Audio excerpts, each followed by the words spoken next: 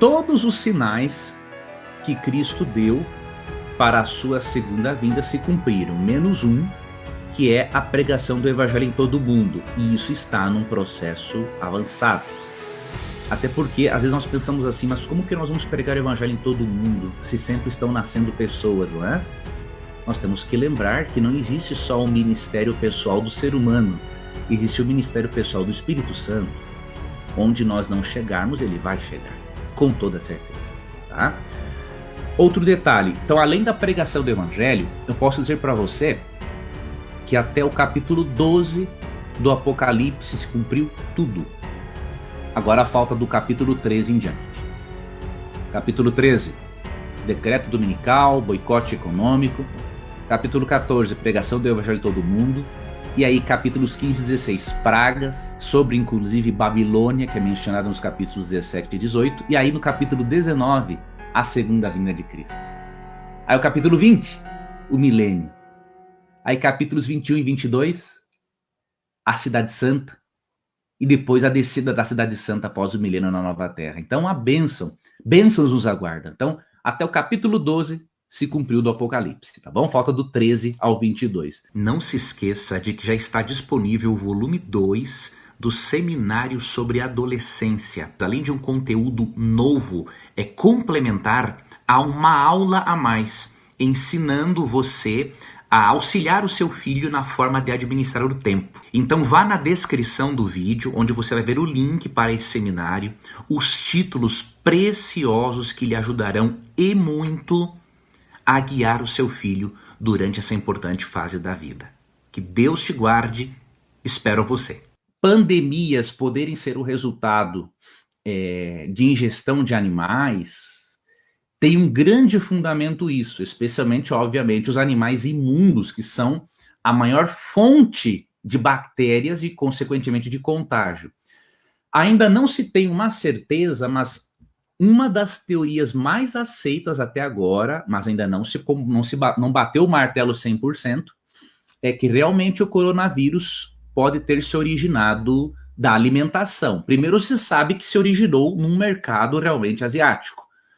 Agora, como ainda os cientistas estão na dúvida, mas alguns já estão propondo o seguinte, que este vírus está presente, obviamente, nos morcegos. O morcego é o hospedeiro desse vírus, e tem um hospedeiro intermediário, que é este que pode transmitir mesmo o vírus para o ser humano, que é um animalzinho parecido com um tatu, e é um animal imundo, de acordo com a Bíblia, chamado pangolim. E o pangolim, ele é uma iguaria lá na China. Eles se alimentam muito desse animal. Então, o que pode ter acontecido? Veja, não estou batendo martelo porque eu não sou cientista, tá? Mas o que pode ter acontecido de acordo com o que alguns cientistas já estão propondo, né? Que o morcego, obviamente, joga as suas fezes, né, no solo. O pangolim, né, que é um animal silvestre também, ele pode, no momento de alimentação, se contaminar, só que para ele não faz mal. Ele é um hospedeiro intermediário, então para ele não faz diferença nenhuma, tá? Nem para o morcego. E aí o ser humano se alimentando do pangolim, aí obviamente que o bicho pega, porque o pangolim é um hospedeiro intermediário. E quem se contamina com o pangolim é aquele que realmente vai receber a consequência, a doença do vírus, tá? Então pode ser sim que esta doença tenha surgido pela desobediência a uma lei de Deus, a lei dietética de Levítico 11, tá? Não podemos bater o martelo, mas é bem provável que isso tenha acontecido. Ó, primeiramente, eu quero mostrar um texto aqui, pastor, que realmente ali em Daniel 2 fala que Deus institui, não é? Deus está no comando da história, ele institui governantes, mas a Bíblia mostra que nem sempre governantes estão no poder por vontade de Deus, porque Deus queria que assim o fosse, tá? Então, por exemplo, tem um texto aqui, só para desmistificar isso, né? Porque, por exemplo, Quando assume o governo um partido que é a favor de aborto, que é a favor de casamento gay, será que foi Deus quem colocou esse governo ali? Obviamente que não foi, porque não defende os interesses de Deus para a moral da sociedade. E tem um texto bíblico que nos comprova isso. Eu creio que é Oséias. Deixa eu ver se é Oséias, capítulo 8, verso 4. É isso mesmo, Oséias 8:4. Olha o que esse texto diz. Ó. Eles, falando dos israelitas, instituíram reis, mas não por mim. Fizeram príncipes, mas eu não os soube. Da sua prata e do seu ouro fizeram ídolos para si, para serem destruídos. Ou seja, há momentos que mesmo que Deus governe a história, ele respeita o livre-arbítrio das pessoas. Então nós não podemos dizer que todos os prefeitos, todos os vereadores, todos os que chegam à presidência da República, todo o Congresso, foi Deus quem colocou lá. Até que tem muito ladrão e muito corrupto lá.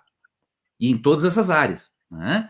Então nós temos que ter primeiramente em mente isso, que estão lá muito Deus respeita o livre-arbítrio do ser humano. O ser humano quer votar errado, quer votar mal, então é o que acontece. Agora, a quem seguirmos nesse caso? Veja, tem orientações diferentes de vários dos nossos governantes. O que nós temos que fazer? Primeiramente, nós temos que dar mais atenção àquilo que a ciência propriamente tem dito a respeito do vírus, tá? Os cientistas que estudam o vírus, eles sabem melhor do que qualquer um os efeitos e como fazer a prevenção. E segundo ponto, queridos, nos basearmos na palavra de Deus em nossas decisões. Né? Então, primeiro você pega o que o cientista diz sobre o assunto. E depois, na verdade, estou fazendo o inverso, sempre a palavra de Deus primeiro, mas o que eu quero dizer é o seguinte, nesse contexto, você vê o que está mais de acordo com a ciência, agora vai em fontes corretas, né? Lembre-se que o jornalismo vive do sensacionalismo. Então, o fato de um jornalista redigir uma matéria não significa que seja a opinião da ciência. Né? Você tem que ir a fontes corretas. Então, se ele deu ali uma fonte, vá nessa fonte original para ver realmente se diz aquilo. Aí, você se pauta por aquilo. E, principalmente, toma suas decisões com base na palavra de Deus. O Espírito Santo vai falar no seu coração ou na sua mente, filho, continua por enquanto no confinamento. Filho, agora já pode sair. Então você tem que estar em comunhão com Deus, com a palavra dele, para que ele fale a sua consciência a respeito desse assunto também. Os dízimos devem ser devolvidos sobre o valor bruto ou líquido? Essa é uma pergunta interessante, até porque as nossas comunidades estão fechadas, né? Tem muita gente que está com dízimo em casa, precisa devolver. Depois eu darei orientações sobre esse assunto. Mas devem ser devolvidos sobre o bruto ou sobre o líquido? Obrigado, Vanessa, pela pergunta, professor. Muito boa pergunta. Eu vou ler aqui um texto bíblico que ele vai nos dar um princípio, né, para extrairmos a resposta para a nossa amiga. Levítico 27:32. Eu vou pegar o princípio do texto. Ele fala dos dízimos, tá? Mas vou pegar o princípio para dar a resposta a essa questão. E acerca dos dízimos, do gado e do rebanho, que aqui era a principal moeda de troca deles, né? Do gado, do rebanho, de tudo o que passar debaixo da vara do pastor, não é? A 10ª parte, ou dízimo, estou lendo uma outra tradução, será santa ao Senhor. O que isso indica? Que tudo aquilo que fosse resultado da bênção de Deus ou fonte de lucro deveria ser dizimado. No caso de um empregado, ele é beneficiado com o salário bruto. Mesmo que ele receba um líquido, aquilo que é descontado dele é empregado para o benefício da sociedade, benefício dele, ou seja, nós somos beneficiados de certa forma, até mesmo com o desconto do nosso salário, né?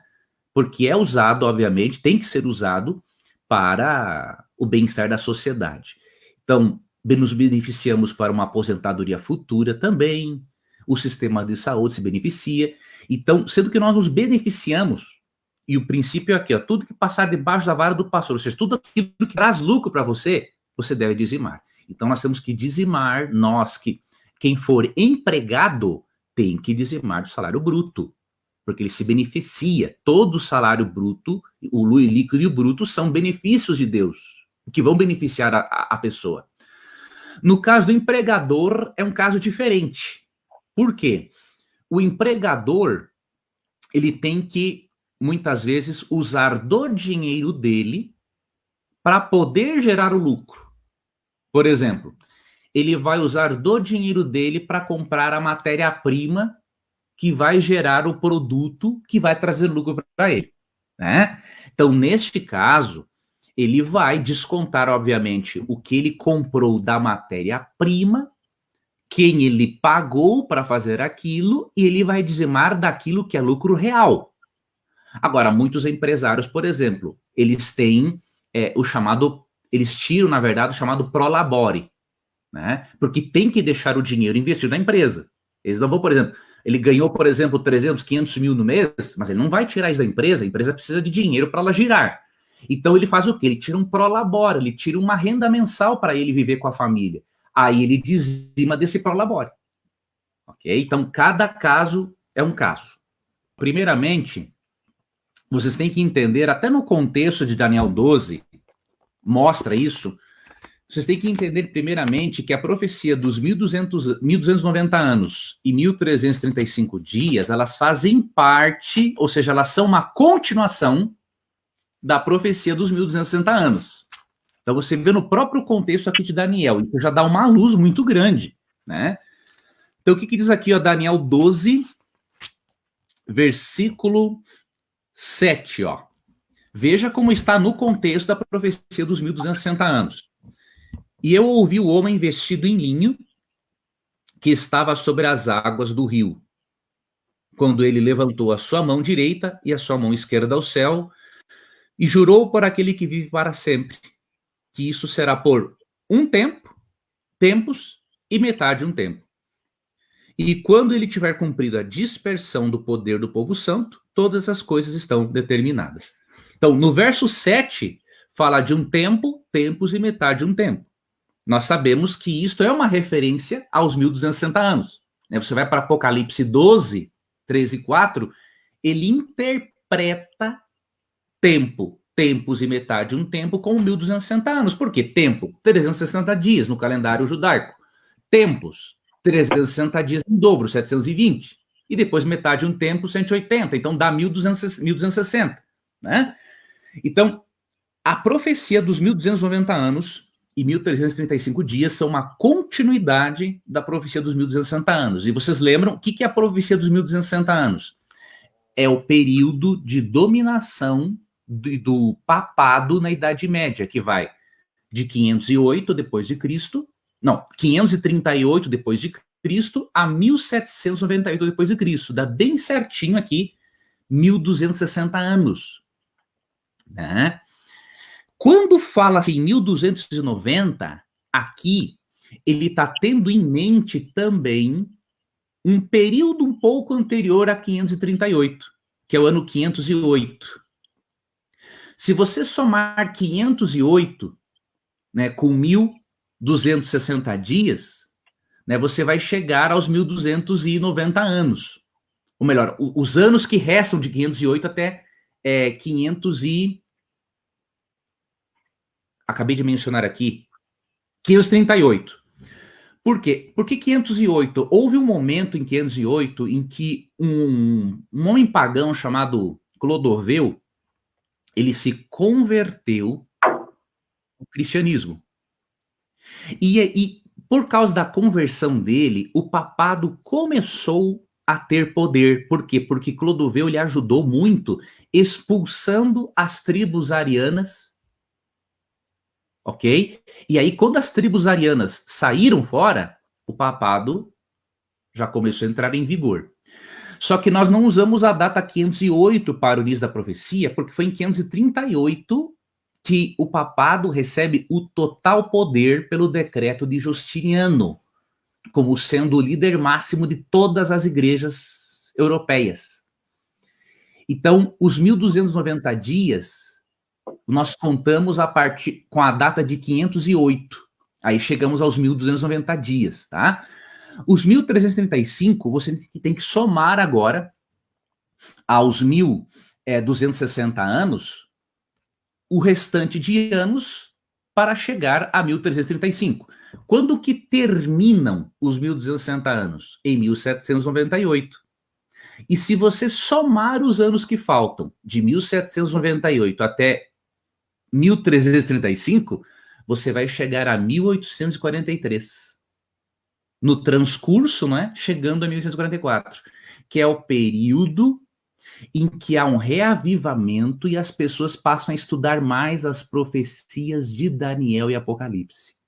E várias pessoas ao redor do mundo começaram a entender melhor Daniel e Apocalipse e passaram a entender que Jesus voltaria por aquele período. Por exemplo, na região das Américas, Manuel Lacunza, né, um jesuíta, ele entendeu que Cristo voltaria entre 1843 e 1844. E outros intérpretes, até judeus, alguns judeus, entenderam que o Messias viria também nesse período, né? Mas o que é mais significativo para nós é que, que a profecia dos 1.335 dias, né, que chegam a 1843, marcam ali o surgimento também do milerismo, né? A lei de um reavivamento pelo estudo das profecias de Daniel, surge o milerismo, né? E dos mileritas, que surgiram pela pregação de Guilherme Miller, surgiu o movimento adventista do sétimo dia. Então nós percebemos aqui que Deus está profetizando que depois dos 1.260 anos, né, surgiria um reavivamento das profecias de Daniel e surgiria o milerismo, de onde saiu a igreja adventista do sétimo dia. Tá, okay? Então, em resumo, seria isso. Eu criei um clube de amigos, um clube de assinantes, para eu poder manter uma relação mais íntima com alguns dos meus internautas, telespectadores e ouvintes. Obviamente, este grupo vai chegar o momento em que eu vou ter de fechá-lo, né? Porque senão eu não vou poder atender a todas as pessoas como eu gostaria. Eu gostaria de convidar você a fazer parte deste clube, né? É um clube de assinatura, um valor muito irrisório, né, para eu postar muitos materiais de qualidade para você e também para eu continuar aí trabalhando, né, adquirindo equipamentos bons para poder gravar esse conteúdo de qualidade para você. Se você quiser fazer parte deste grupo, deste clube de amigos, né, vá também aqui no link na descrição do vídeo, conheça mais a respeito. Nós temos inclusive já um grupo no Telegram somente para esses assinantes e ali vamos recebendo as dúvidas para que nós possamos fazer lives, uma live por mês, entre outras coisas, eu estarei fazendo para este grupo, tá bom? Então será uma honra para mim ter você como parte desse clube de amigos para eu poder lhe ajudar em sua caminhada cristã.